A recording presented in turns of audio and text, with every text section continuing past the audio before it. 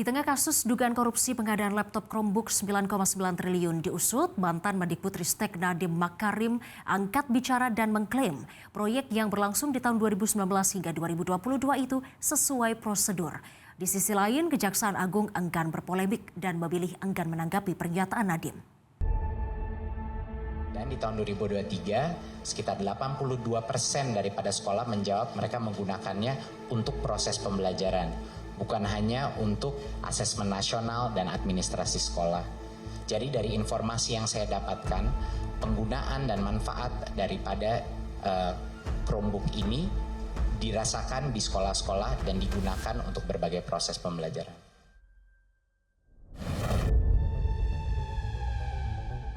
Kemunculan mantan Mendikbudristek Nadiem Makarim yang menanggapi pengusutan dugaan korupsi pengadaan laptop Chromebook senilai 9,9 triliun rupiah menuai sorotan. Apalagi di hadapan awak media, Nadiem menolak pengadaan laptop di era pandemi COVID-19 tersebut dianggap bermasalah. Nadiem bahkan menyebut 97% laptop berbasis Chrome OS yang diberikan pada 77.000 sekolah pada 2023 lalu bermanfaat bagi pembelajaran siswa serta berfungsi untuk keperluan asesmen nasional. Padahal menurut Kepala Bidang Advokasi Guru atau P2G, Iman Zanatul Hairi, justru menyulitkan para guru yang biasa menggunakan sistem berbasis Windows. Namanya dikasih laptop pasti dimanfaatkan. Cuman persoalannya semanfaat apa Chromebook ini? Jujur saja, guru-guru kita ini, guru-guru di Indonesia, ini pemakai Windows. Jangankan guru, masyarakat umum ini di Indonesia ini naturalnya kita ini beradaptasi dengan Windows. Tiba-tiba bermigrasi ke OS dan sulit dipahami. Saya ceritakan sedikit yang paling sederhana ya, Mbak Zilvia dan juga Mas Anwar. Administrasi guru di dalam Chromebook itu adalah laptop yang speknya hanya maksimal, hanya efektif kalau ada sinyal. Di dalamnya itu tidak ada aplikasi instalasi yang biasa kita pakai, Microsoft Word, PowerPoint dan lain sebagainya. Sehingga saya cerita beberapa guru gitu yang cerita bahwa ketika mereka mau ngeprint itu formatnya berantakan semua. Jadi sebetulnya ini tidak settle di lapangan. Di lapangan itu sangat susah sekali.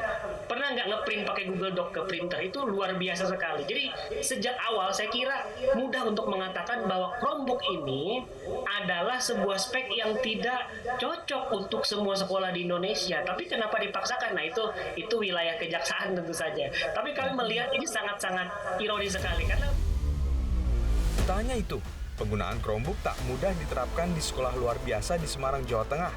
Selain persoalan sinyal internet dan sulit diakses, penggunaan Chromebook juga tak mendukung untuk seluruh siswa disabilitas, khususnya bagi tunanetra. Memang Chromebook OS-nya, jadi harus login dulu dari awal. Sedangkan di sini beberapa kelas itu ada yang koneksi internet tidak stabil.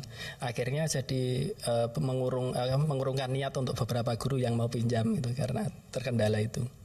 Chromebook itu masih digunakan terutama untuk yang kelas daksa karena memang mobilitasnya yang terbatas, dan untuk digunakan yang tunanetra belum bisa karena ada aplikasi khusus yang harus bisa disupportkan ke Chromebook tersebut, sehingga untuk anak tunanetra belum bisa akses ke sini.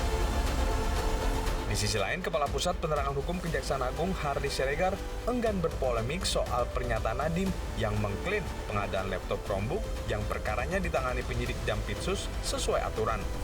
Menurut Hardy, penyidik memiliki penilaian tersendiri untuk mengusut dugaan tindak pidana korupsi di balik pengadaan laptop tersebut.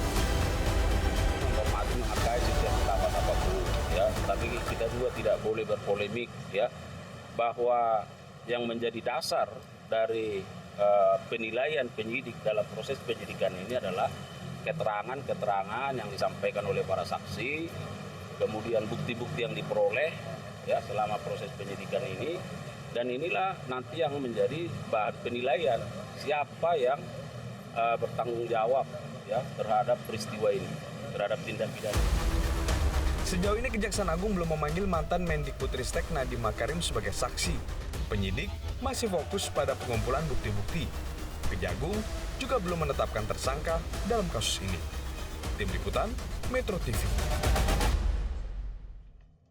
Jelajahi cara baru mendapatkan informasi. Download Metro TV Extend sekarang.